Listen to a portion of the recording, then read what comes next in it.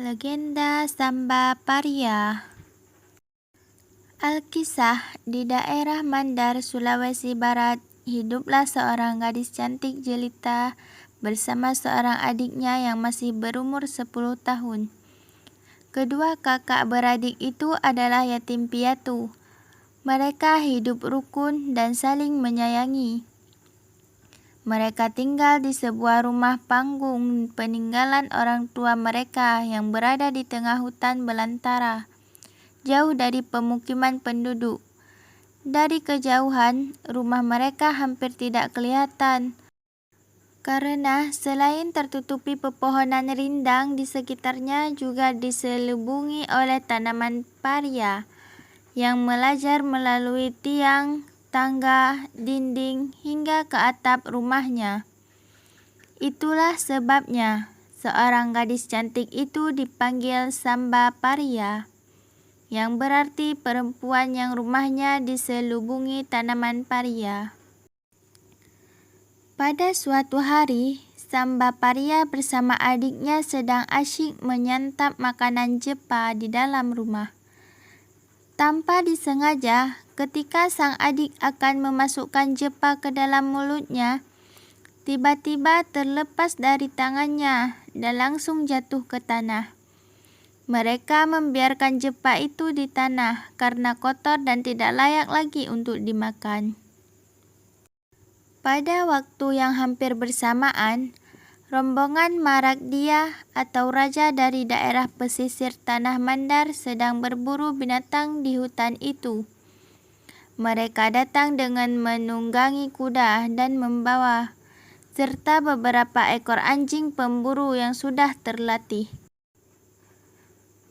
Saat berada di tengah hutan, tidak jauh dari rumah Samba Paria, mereka melepaskan tali anjing-anjing pemburu tersebut dan membiarkannya pergi mencari mangsa. Pada saat anjing-anjing tersebut terlepas, terdengarlah suara gonggongan anjing memecah kesunyian hutan itu. Tidak beberapa lama kemudian, seekor anjing kesayangan sang raja telah kembali sambil menggigit sesuatu di mulutnya. "Pengawal, cepat ambil benda itu dan bawa kemari," perintah sang raja yang sedang duduk beristirahat di bawah sebuah pohon. "Hamba laksanakan, Tuan," jawab seorang pengawal lalu menghampiri anjing itu. Setelah mengambil benda itu, si pengawal segera menyerahkannya kepada sang raja. "Ampun, Tuan, benda ini ternyata sepotong jepa yang masih hangat," lapor pengawal itu sambil menyerahkan jepa itu kepada raja. "Apa katamu? Jepa hangat? Dari mana anjing itu mendapatkan jepa hangat di tengah hutan belantara seperti ini?" tanya sang raja penuh keheranan. Sang raja yakin bahwa orang yang membuat jepa itu pasti berada di sekitar hutan tersebut. Oleh karena penasaran, ia pun memberikan isyarat kepada anjingnya agar mengantarnya ke tempat di mana ia memperoleh jepa hangat itu. Akhirnya, anjing yang sudah mengerti maksud tuannya itu segera berlari sambil menggonggong menuju ke sebuah tempat. Sang raja pun mengikutinya dari belakang dengan menunggangi kuda putih kesayangannya. Kemudian disusul oleh beberapa orang pengawal raja. Tidak beberapa lama, sampailah mereka di depan rumah Samba Paria yang diselubungi tanaman pare. Sang raja hampir tidak percaya melihat sebuah rumah yang di tengah hutan belantara itu. Oleh karena sudah tidak sabar ingin mengetahui penghuni rumah itu, ia pun segera menaiki beberapa anak tangga. "Permisi, apakah ada orang di dalam?" tanya sang raja sambil mengetuk pintu.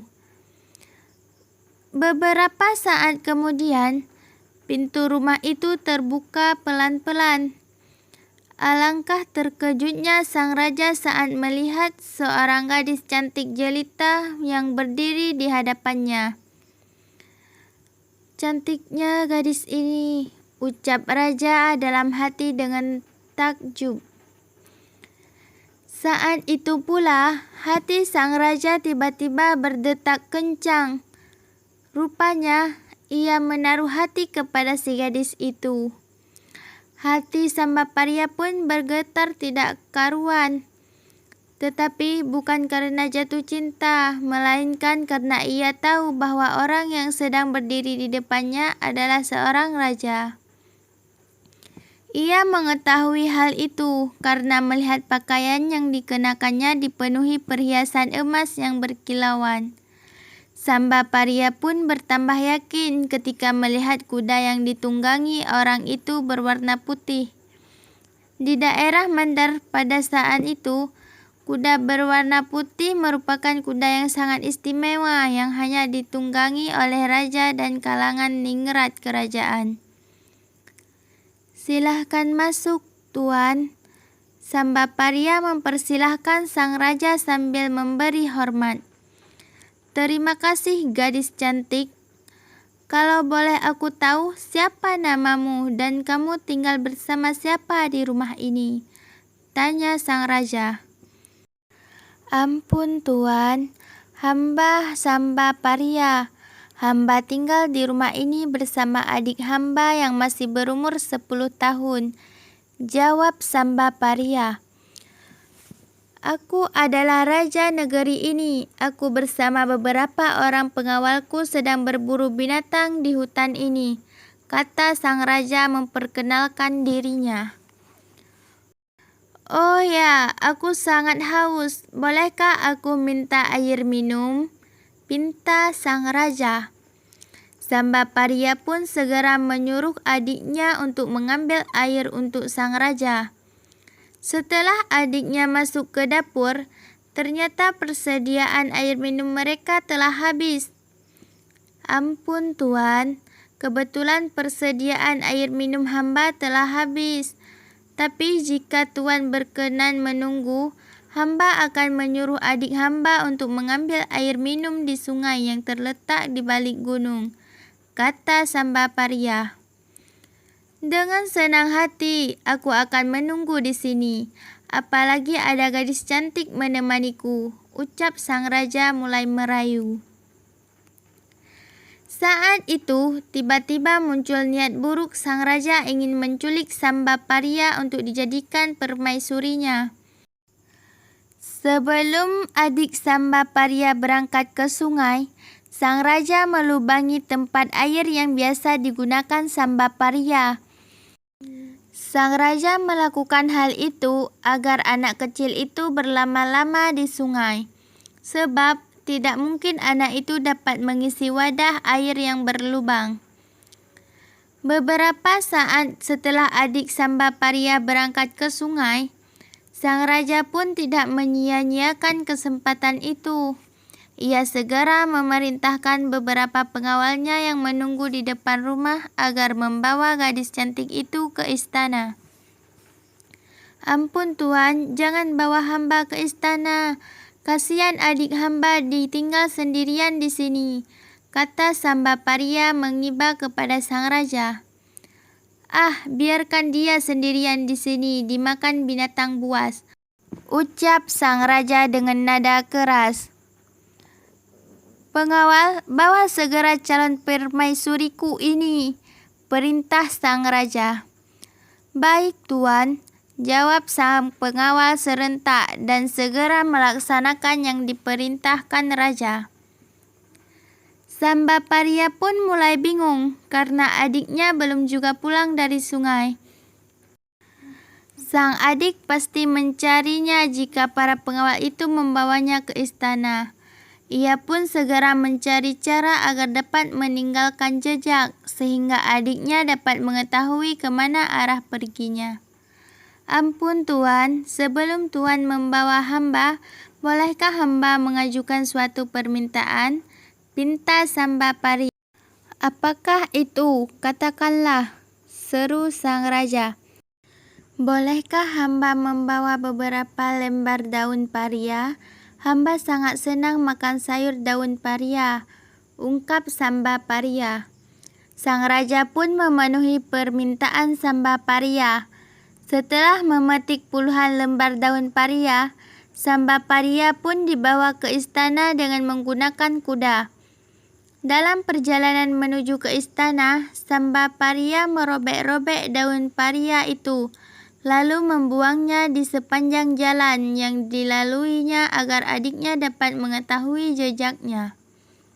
Setelah menempuh perjalanan selama setengah hari, Samba Paria bersama rombongan raja tiba di istana raja.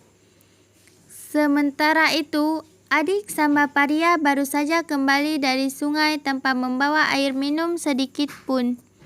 Sesampai di depan rumahnya, ia melihat pintu rumahnya tertutup rapat. Kenapa sepi begini? Apakah rombongan raja itu sudah pergi? Tanyanya dalam hati. Dengan pelan-pelan, anak itu menaiki anak tangga rumahnya satu persatu. Setelah berada di depan pintu, ia pun berteriak memanggil kakaknya. Kak, Kak Samba, adik pulang. Berkali-kali ia berteriak, namun tidak dapat menjawab dari kakaknya. Akhirnya, ia pun langsung membuka pintu. Alangkah terkejutnya anak itu setelah mengetahui kakaknya tidak ada di dalam rumah. Ia kemudian mencari sekitar rumah, namun tidak juga menemukan kakaknya. Kak, kakak di mana? Anak itu menangis tersedu-sedu sambil duduk di depan rumahnya. Beberapa saat kemudian, pandangan anak itu tertuju pada sobekan daun paria yang berserakan di sepanjang jalan di depan rumahnya. Akhirnya, ia pun mengerti bahwa kakaknya dibawa oleh rombongan raja tersebut. Tanpa berpikir panjang lagi, ia pun mengikuti sobekan daun paria itu untuk mencari kakaknya. Setelah menempuh perjalanan selama 2 hari, akhirnya sampailah ia di rumah raja, sebuah rumah panggung yang sangat megah. Kak Samba, teriak anak itu di samping rumah raja.